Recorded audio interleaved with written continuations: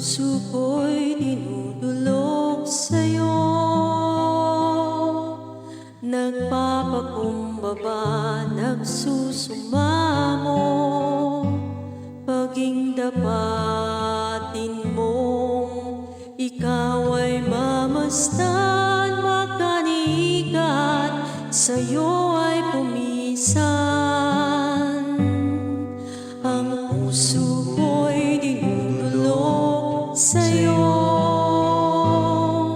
nagpapakumbaba, nagsusumamo, paging dapatin mong ikaw ay mamasdan, makanikat, sa'yo ay pumisan. Loobin mong ang buhay ko'y maging banal mong tahanan, luklukan ang iyong wagas na pagsinta. Dalawayan ng walang hanggang mga papurit pagsamba, maghari ka, O Diyos, ngayon at kailanman.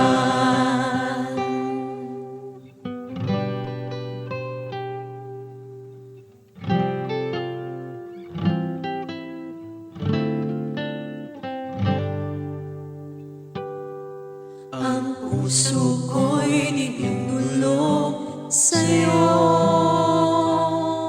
nagpapakumbaba, nagsusumamo, paging dapatin mong ikaw ay mamasdan, makanikat, sa'yo ay pumisan.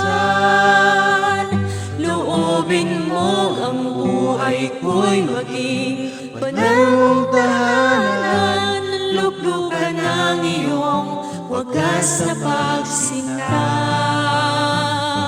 Dalawayan ng walang hanggang mga papurit pagsamba, maghari ka, O Diyos, ngayon at kailanman.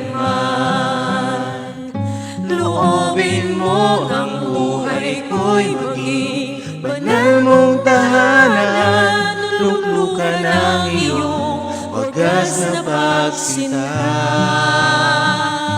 Daluyan ng walang hanggang mga papurit pagsamba. Maghari ka, O Diyos, ngayon at kailanman. Maghari ka, O Diyos, ngayon at kailanman. Maghari ka, O Diyos, ngayon at kailanman.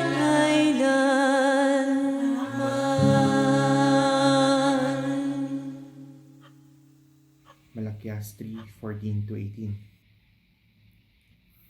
Sabi ninyo, walang saysay ang maglingkod sa Diyos. Ano ba ang mapapala natin sa pagsunod sa kanyang mga utos o sa pagpapakita natin kay Yahweh na nagsisisi tayo sa nagawa nating kasalanan? Hindi ba't kung sino ang palalo ay siya pang pinagpapala? Hindi lamang nananagana ang masasama, kundi sinusubok pa nila ang Diyos sa paggawa nila ng kasamaan, ngunit hindi sila pinaparusahan. Pagkatapos, nag-usap-usap ang mga taong may paggalang kay Yahweh. Pinakinggan niyang mabuti ang kanilang usapan, kaya ipinatala niya sa isang aklat ang mga pangalan ng mga kumagalang sa kanya. Magiging akin sila, sabi ni Yahweh na makapangyarihan sa lahat. Sa araw na ako'y kumilos, itatangi ko sila bilang sariling akin. Ililigtas ko sila tulad ng pagliligtas ng isang ama sa anak na naglilingkod sa kanya. Muli ninyong makikita ang pagkakaiba ng mabuti at ng masama, ng taong naglilingkod sa Diyos at ng hindi naglilingkod sa Kanya. Muli po tayo nagbabalik sa ating pagsambahay. Magandang umaga po sa inyong lahat. Nagpapasalamat po ako sapagkat patuloy kayong sumusubaybay at patuloy na sumusuporta sa ating gawain ito. At ngayon po July 25 at lagpas na tayo sa kalahati ng taon. Nagpapasalamat tayo sa Panginoon kasi ang kanyang katapatan ay nagpapatuloy. Nais ko pong bumati sa mga kapatiran dyan sa First Peacemakers Church of Cainta at sa lahat ng mga iglesia na bumubuo sa Missionary Outreach of the Philippines. Siyempre, kasama na rin dyan yung mga patuloy na sumusubaybay sa ating virtual worship na ito na ating tinatawag na FPCC Pagsambahay. Nasusukat ba ang ating pagsamba sa Panginoon? Ano ba ang mga panukat ng Biblia sa ating pagsamba sa Kanya? Kung ito nga ay talagang nasusukat. Ito po yung paksa natin ngayong umaga at nagpapasalamat tayo na kasama natin ngayon si Pastor Robin Santuile na siyang maghahayag ng mensahe ngayong umaga. Ito'y hinango niya sa Malakias chapter 3 verse 14-18 at ang title ng kanyang mensahe ay Worship is Serving. Ang pagsamba ay paglilingkod. Handa po natin ang ating mga puso sa pakikinig ng mensaheng ito. Pero bago yon, tayo dumako muna sa panalangin. Amang makapangyarihan sa lahat, salamat po sa patuloy mong patnubay, pangangalaga, proteksyon, probisyon, Panginoon, at kagalingan naming tinatanggap sa iyo. Salamat po, Diyos, sapagkat hindi mo pinapabayaan ang iyong mga anak. At alam namin, Panginoon, kalinga mo magpapatuloy hanggang sa katapusan. At sa oras na to, O Lord God, kami, O Diyos, ay sumasamba, lumalapit sa iyo, handa mo mga puso namin at ang aming mga isipan upang aming matanggap ang mensahe mo sa pamamagitan ng iyong lingkod na ibabahagi sa kanyang message ngayong umaga. Salamat po, Panginoon, ito ang aming dalangin sa pangalan ni Jesus, naming tagapagligtas at Panginoon. Amen at Amen. Isang pinagpalang umaga po sa ating lahat, FPCC families, mga kapatiran. Ako po'y nagagalak na makapiling kayo sa umagang ito. Pasalamatan natin ang Diyos sa panibagong araw panibagong buhay, panibagong kalakasan mula sa Kanya. Nawa po ay mapuno ng kagalakan ating mga puso sa umagang ito at magkaisa tayong sumamba sa Panginoon. Pasalamatan natin Kanyang kabutihan at patuloy na maranasan natin ang Kanyang kalinga sa bawat araw na binibigay niya sa atin. Banal na Espiritu, dalangin namin ang pangunguna po sa umagang ito upang ang mga aral at mga salitang aming matutuhan, hindi lang namin marinig. Bagkus, Panginoon, hayaan mo tuloy mo ito sa aming mga puso. At Panginoon, bigyan mo kami ng pusong may sa katuparan namin ay may sagawa po namin ang iyong mga salita.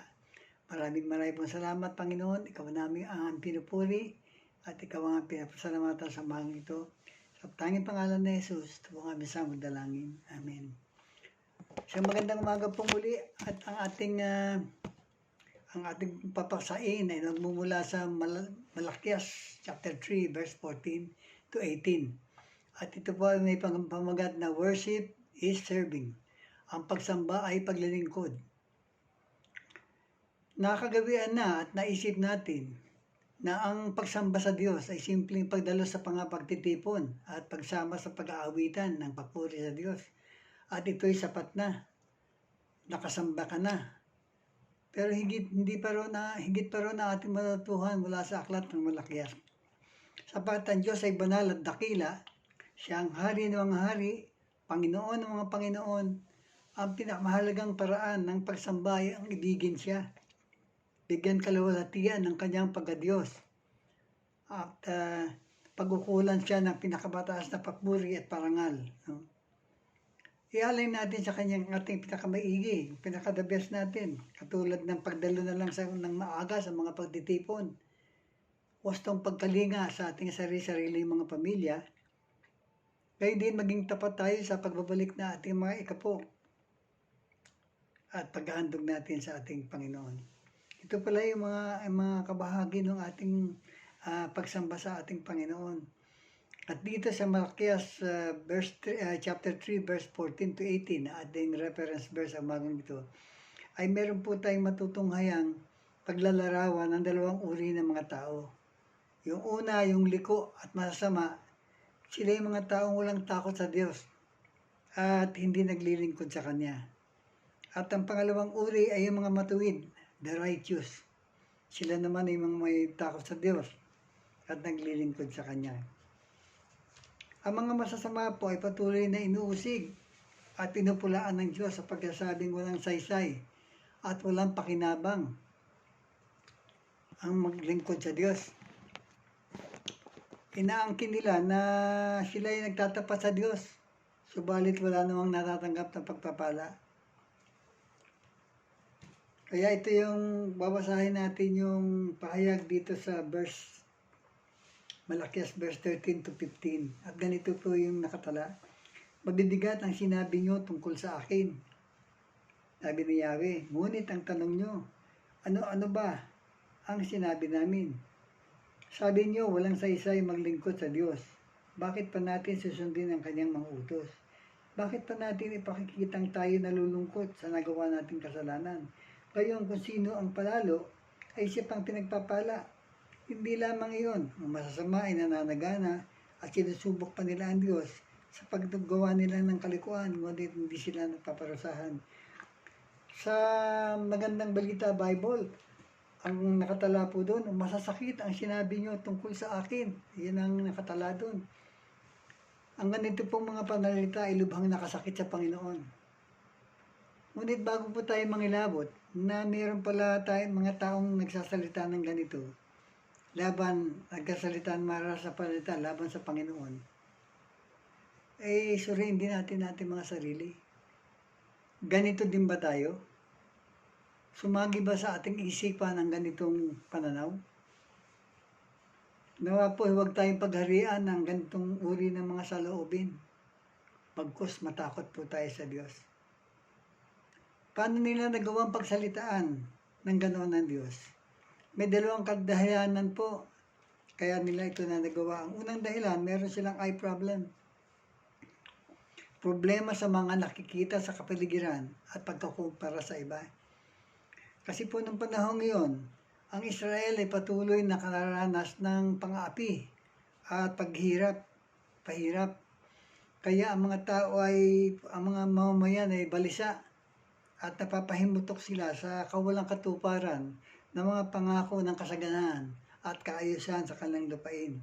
Kaya nga may panunumbat nilang itinatanong, nasaan ang Diyos ng makatarungan?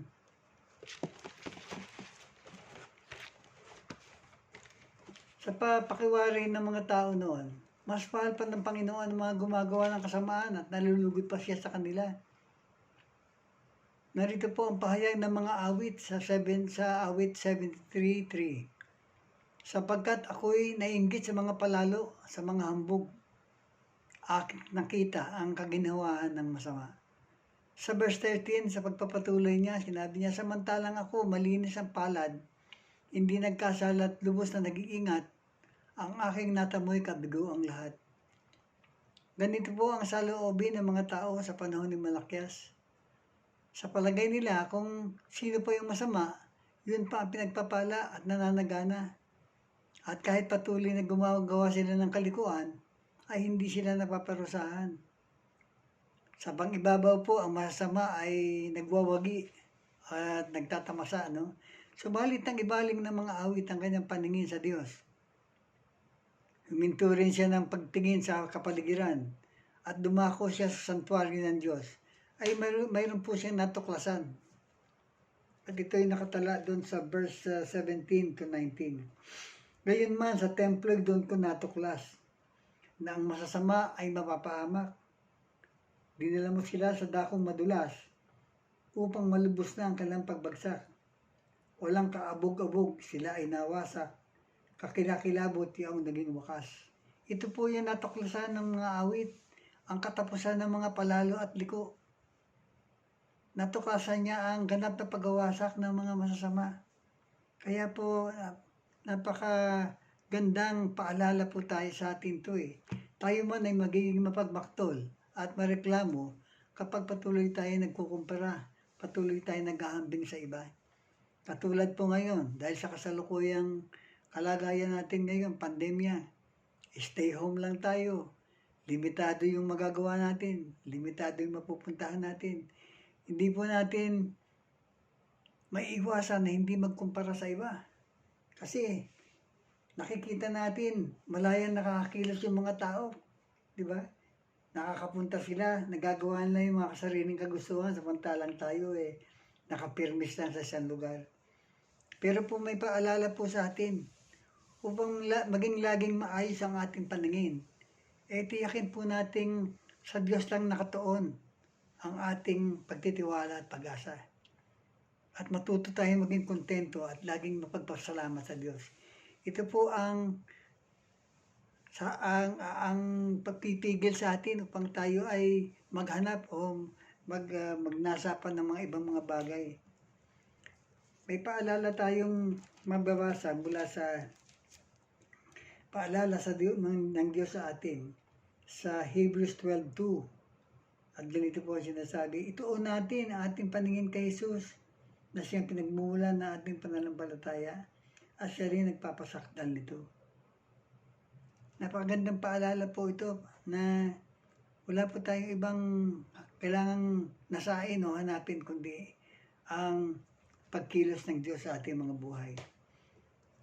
Ang pangalawang dahilan na nagsasalita ang mga tao laban sa Diyos ay sapagkat sila ay mayroong heart problem.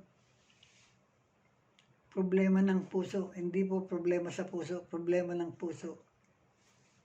Ito yung mababasa natin sa Mateo 12, verse 34 to 35. Kayong lahi ng mga ulupong, paano kayo makapagsasabi ng mabuting bagay? Gayong kayo masasama. Sapagkat kung ano ang bukang bibig, yun ang laman ng dibdib. Mabuting ang sinasabi ng mabuting tao, sapagkat puno ng kabutihan ang kanyang puso. Masama ang sinasabi ng masamang tao, sapagkat puno ng kasamaan ang kanyang puso. Alam niyo po, ang paalala sa atin, upang malabanan ang problema ng puso o pagiging makasarili, isipin natin makapagsilbi. Nasain natin maglingkod sa Diyos at sa kapwa. Hindi po katulad ng mga liko na nagsasabing walang saysay ang maglingkod sa Diyos. Ang mga dakilang lalaki sa Biblia ay na may takot sa Diyos ay may mga gandang pahayag po tungkol sa paglingkod sa Diyos. Great men of the Bible sa pangunguna po ni Abraham. Nang si Abraham ay tinawag ng Diyos, iniwan niya yung kanyang sariling bayan at mga kaanak. Sumunod si Abraham sa utos ng Diyos, bagamat maraming bagay ang hindi niya lubos na naunawaan. At sa ganitong paraan, ipinahayag niya ang kanyang taos-pusong pagsunod sa Diyos. Gayon din si Joshua. Sa kanyang pagganap ng kanyang tungkulin bilang kapalit ni Moises, sa harap ng lipi ng Israel ay pinahayag niyang siya at ang kanyang angkan ay kay Yahweh lamang maglilingkod. At ito'y nakatala sa Joshua 24, verse 15. Narito rin si Haring Solomon, the wisest king. Nagsabing matakot ka sa Diyos at sundin ang kanyang mga utos, pagkat ito ang buong katungkulan ng tao. Matatagpuan naman natin sa mga Ngaral 12:13 ang kanyang sinabi. Gayon din ang lingkod ng Diyos na si Daniel. Mas pinili pang itapon sa kulungan ng leon kaysa sumamba sa hari. Matandaan po natin na ang hari ng Babylonia nagpagawa ng isang malaking rebulto at inutusan ang lahat na yumukod pagtunog ng kampana. Subalit sinuway ito ni Daniel, kaya siya tinapon sa kulungan ng mga leon. Sapagkat nagtitiwala si Daniel na hindi siya pababayaan ng kanyang Diyos na kanyang pinaglilingkuran. Narito rin ang dakilang propetang si Isaias. Inamin niyang siya'y makasalanan, ngunit kusang nagpresenta sa Panginoon, nang siyang sumagot siya na, narito po ako ang isugo niyo. Ito naman ay nakatala sa Isaiah chapter 6, verse 8. At kahulihan, si Apostol Pablo sa Philippians 1:21 ay kanyang pinahayag, sapagkat para sa akin, si Kristo ang buhay, at dahil dito'y pakinabang ang kamatayan. Tunay po na ang ating Panginoon ay dapat tumanggap na ating mapagpagkumbabang paglilingkod. Kapag tayo naglingkod sa Diyos, ito'y kanyang alalahanin at meron siyang gantimpalang nakalaan sa atin. Sa verse 16 ng Malakias, sinabi po ito, chapter 3, verse 16, pagkatapos nag-usap-usap ng mga taong may takot kay Yahweh. Narinig niya ang kanilang usapan, kaya ipinatala niya sa isang aklat ang kanilang pangalan. Ang lahat po ng mga tao ng panahon ko na nagtakot sa Diyos ay ipinatala ang pangalan. Meron po tinatawag na the Book of Remembrance. Nawa po tayo ay matagpuan ng Diyos na naglilingkod sa Kanya upang mapabilang din tayo dito sa Book of Remembrance na binabanggit. Kapag naglingkod tayo sa Panginoon, pahalagahan niya tayo at kakalingain tulad ng isang anak. Sa verse 17 sila'y magiging akin, sabi ni Yahweh. Sa araw na ako'y kumilos, lubusan sila magiging akin, kaawaan ko sila tulad ng pagkalinga na isang ama sa anak na naglilingkod sa kanya. Kapag tayo naglingkod sa Diyos, kanyang itatangi ang mga naglilingkod at hindi naglilingkod. Sa verse 18 sabi po, muli niyong makikita ang pagkakaiba ng mabuti at ng masama ng taong naglilingkod sa akin at ng hindi. Tunay na alam natin ang kahihinatnan ng mga sa pagbubukod, sa pagtatangi ng Panginoon, sa dalawang pangkat na ito, ang mabuti at masama. Alam natin ang kahihinatnan ng mabuti at alam natin ang kahihinatnan ng masama. Kaya mas naisip po natin maglingkod tayo sa ating Panginoon. Iniibig tayo ng Diyos. Nakikita niya, naririnig, at aalahanin niya kahit ang pinakamaliit na magagawa natin sa Kanya. At kahit nung pang-una, ay may pinangako na siyang pagpapala sa mga maglilingkod sa Kanya. Katulad na lang nung nakatala sa Exodus, chapter 23, verse 24. Sabi po dito sa verse 25, Akong si Yahweh ang siya lamang yung paglingkuran. Kung magkagayon, pasasaganahin ko kayo sa pagkain at inumin at ilalayo sa anumang karamdaman. Tayo po ay nagpupunyagi, kaya tayo naghahanap buhay upang meron tayong masaganang pagsasalusalo ng pagkain at inumin sa ating sambahayan. Gayun din, magkaroon tayo ng malusog na pangangatawan. Narito po ang pangako ng Panginoon. Saganang pagkain at inumin at ilalayo sa anumang karamdaman. Mapanghahawakan natin ang pangakong ito sapagkat ang nangako ay ang Diyos na tapat at mabuti. At ang kapalit po dun sa kanyang pangako ay ating paglilingkod. Gayun din may paalala dito sa may huling tagubilin po dito sa 1 Timothy 4:8. At aking babasahin. Sabi po dito sa 1 Timothy 4 verse 8, may mapapakinabang sa pagsasanay ng katawan, ngunit higit ang pakinabang sa pagsasanay sa kabanalan, sapagkat may pangako, hindi lamang sa buhay na ito, kundi maging sa buhay na darating. Ano po yung buhay na darating? Ito po yung inaasam natin, ang buhay sa piling ng ating Panginoon. Buhay na walang hanggan sa piling ng Diyos. Sa huling bahagi po ng ating pagsasama-sama ngayong umaga, meron pong hamon sa atin. Huwag po tayong tumulad sa mga taong liko na nagsasabing walang saysay maglingkod sa Diyos. Tayo pong lahat na may kaugnayan sa Diyos, tayo pong lahat na nakipag-isa sa ating Panginoon ay nakatanggap ng natatanging talento, kakayahan at mga karanasan upang buong puso natin itong may paglingkod sa Kanya. Sa pagkakataong ito, sa iyong buhay, ano kaya ang nais ng Diyos na ipagawa sa iyo para sa Kanyang dakilang layunin? Ang sabi po dito kanina, alalahanin niya kahit na ang pinakamaliit na paglilingkod natin sa Kanya. Nasahin po natin simula ngayon. Ang mga natanggap nating kakayahan, oras at pagpapala, ialay po natin sa Panginoon at naway magamit natin ito upang mapaglingkuran ng Diyos at ang ating kapwa. Amen? Maraming salamat sa maikling pagkasama-sama natin sa umagang ito at tayo po magbukas sa isang panalangin. Panginoon, marami pong salamat sa mga salita mong aming natunghayan at aming narinig sa umagang ito. Tulungan mo po kaming malaman ang mga spiritual na kaloob namin at magamit namin ito, Panginoon, upang maparangalan ka po namin at mapaglingkuran din ng iba. Maraming pong salamat sa iyong dakilang pagmamahal sa amin. Maraming salamat sa iyong pag-iingat po sa amin sa araw-araw, sa pag-provide mo ng mga pangailangan namin. Gayun din, pinapupurihan ka namin sa ikay tapat, ikay mabuti sa amin. Maraming pong salamat.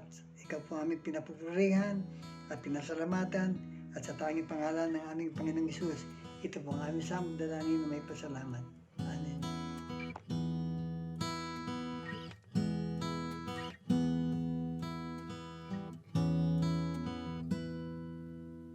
O Diyos, sa iyong lahat ng pagsampat, luwalhati,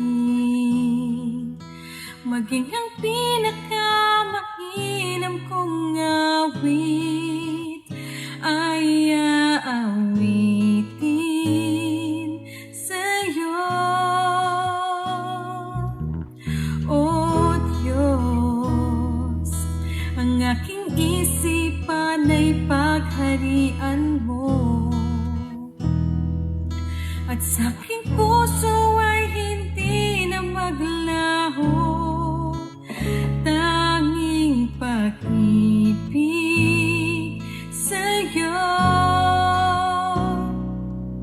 Ano pa ba ang maihahandog ko liban sa buhay kong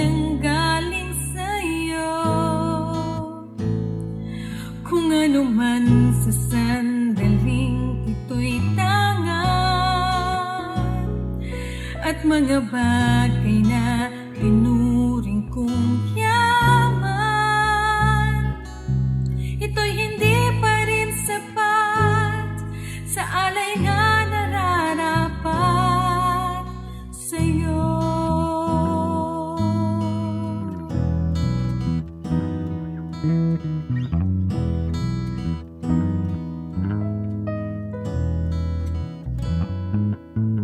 O Diyos, sa iyong lahat ng pagsamba't luwalhati, maging ang pinakamainam kong awit ay aawitin sa'yo.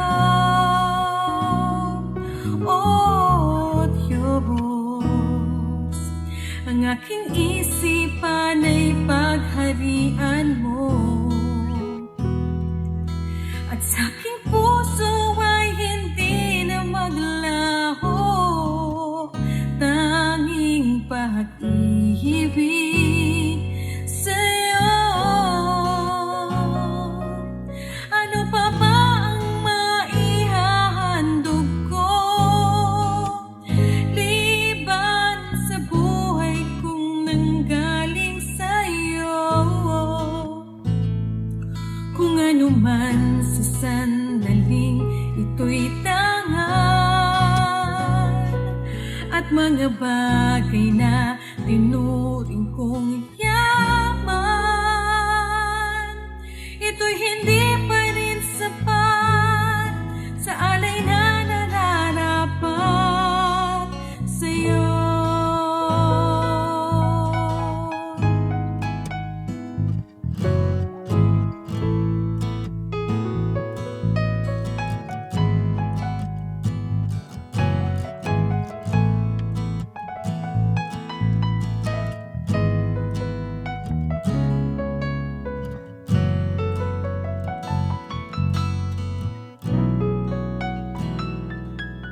Ano pa ba ang maihahandog ko liban sa buhay kong nanggaling sa'yo? Kung ano man sa sandaling ito'y tangan, at mga bagay na tinuring kong yaman, ito'y hindi pa din sapat sa alay na nararapat. Ito'y hindi pa rin sapat kahit ialay ang lahat sa'yo.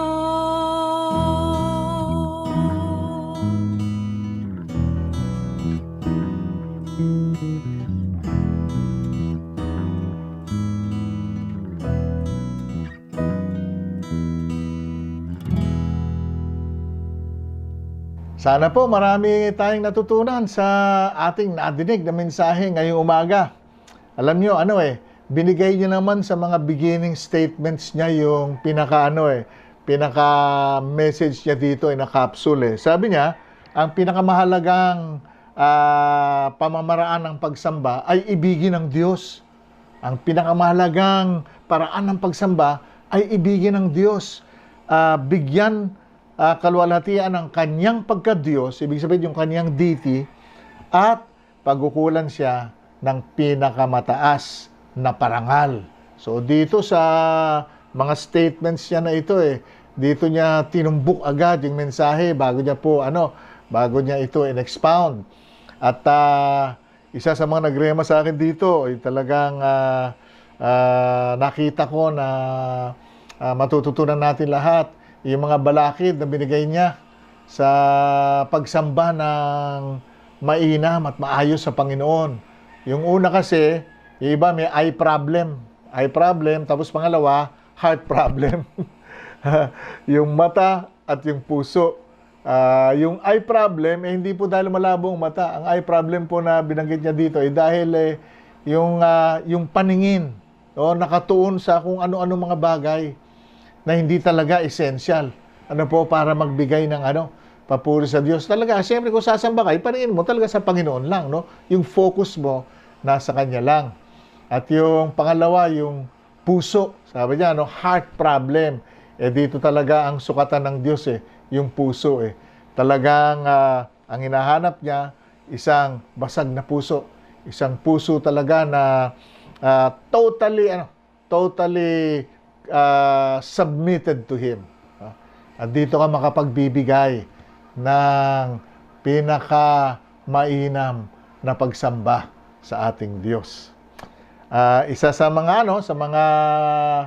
marami siyang mga verses na binanggit dito pero yung binigyan niya ng diin dito yung sa yung dun sa Malakyas, no? Hindi Malakyas, Mangangaral, no?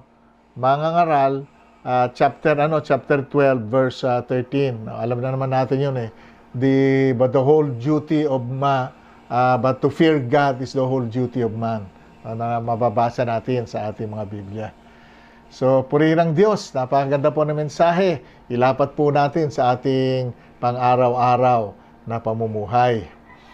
Mga ilang uulat lamang po, mga kapatid. Siguro, kung meron nga nag-post, itong last Thursday lang, nagpabakuna na po ako yung J&J, yung Johnson & Johnson. At ito po yung pangatlong araw. So far, so good. Wala naman tayong naramdaman na mga matinding side effect, no? At ako'y nagpapasalamat sa Panginoon. Siguro ang pinakamatindi na minor headache lang na wala namang sense. So, bakit ko po ginawa ito? Kasi naniniwala ako na sa pagiging ligtas ko, matutulungan ko ring mailigtas ang karamihan. Kasi kung masusugpo natin ang sakit na ito, malaking bagay ito para makapag-meet ulit tayo. Alam ko mayroong mga iba sa atin dito na medyo may agam-agam sa pagpapabakuna. Kinikilala ko po yung inyong rinerespeto ko ang inyong desisyon dito. Pero sana po yung desisyon niyo nakabase sa talagang katotohanan, yung nakaugnay sa tunay na yung sa truth, may nagsasabi na pag nagpakabakuna ka daw, kasama ka na dun sa 666, o yung Antikristo. Alam niyo, wala kayong mababasa sa salita ng Diyos na na may sinabing ganito pero meron na mamimili ka. Mamimili ka si Kristo o isang bagay na ito, o yung tatak. Dito, hindi ka naman pinapapili Hindi ka pinapapili kung sino yung kung sino yung sasabihin. Wala. Katunayan nga, maluwag pa rin tayong sumasamba sa Panginoon. So, maliban sa sa katotohanan o sa facts, sana yun po yung ating pinanghawakan. Katulad na aking may bahay, si Sister Cora, sinabihan siya na huwag ka munang magpabakuna kasi may mga ibang bagay na na magiging parang cause of concern para sa iyo. So doktor po nagsabi noon. Pero hindi sinabi ng doktor na to na wag na siya magpabakuna. Sabi niya kung kailangan mong magpa-vaccine, mas maganda ko sa sa ospital ka. So ayun po. So facts po 'yon na nadinig niya. Gayunpaman, kahit na po sinasabi ko ito, rinerespeto ko po ang inyong mga desisyon kung meron kayong mga agam-agam sa pagpabakuna. Ang ginagawa po, ang challenge sa atin dito ngayon, makapag herd immunity tayo. Pag sabing herd immunity, marami nang hindi tatablan, marami nang hindi matatalunan yung virus na ito. Pag marami nang hindi matatalunan, naturally, magkakaroon na ng natural death yan. Mamamatay na lang siya kasi wala nang matatalunan dahil lahat na meron ng immunity.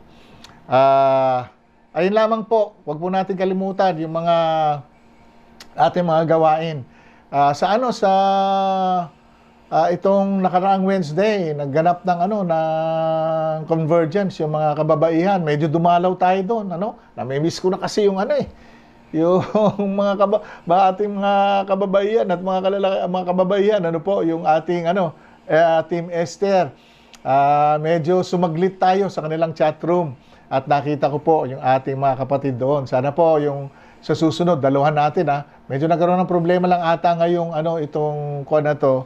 itong lingyong ito dahil po dun sa sa link ata. Pero kayo magala, nag-i-improve po tayo dyan, inaayos natin yan.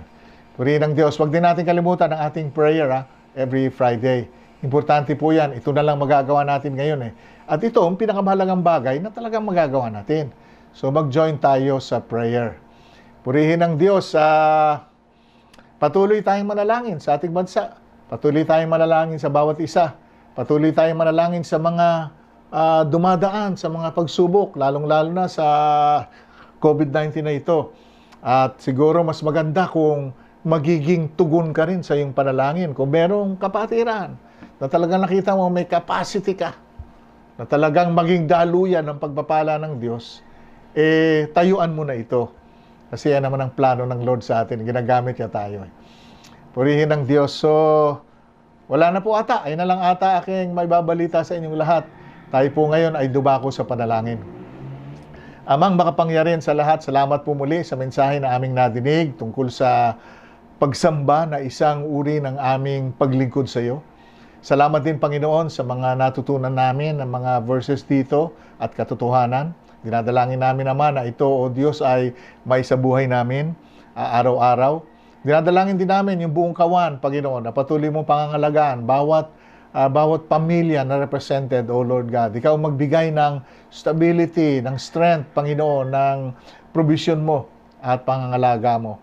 Na kahit na po sa kalagitnaan ng pandemic na ito, patuloy na magiging matibay ang bawat Christian family, hindi lamang dito sa kawan ng FPCC at Missionary Outreach, pero sa lahat po ng kawan sa buong Pilipinas na sumasamba sa iyo. Dalangin namin, Panginoon, ang patuloy mo, O Diyos, na patuloy na pangangalaga at kalinga sa bawat isa. O Lord God, tinataas din namin itong Delta variant na to. Ikaw po ang makakapagsugpulang nito Ikaw lang makakapagbigay ng tunay na proteksyon sa amin dito, Panginoon. Kaya sa oras na to, O Lord, yurakan namin yung virus na ito sa pangalan ni Jesus. And we declare, O Lord, your strength to destroy it in Jesus' name. In Jesus' name. Salamat po, O Lord. Muli ka naming itinataas at pinupuri sa linggong ito at itong aming dalangin sa pangalan ni Jesus. Amen at amen. The Lord bless you and keep you. The Lord make His face to shine upon you and be gracious unto you. The Lord lift up His countenance upon you and give you peace. Amen and amen. God bless you all. Mahal ko po kayong lahat. Magkikita ulit tayo. God bless you.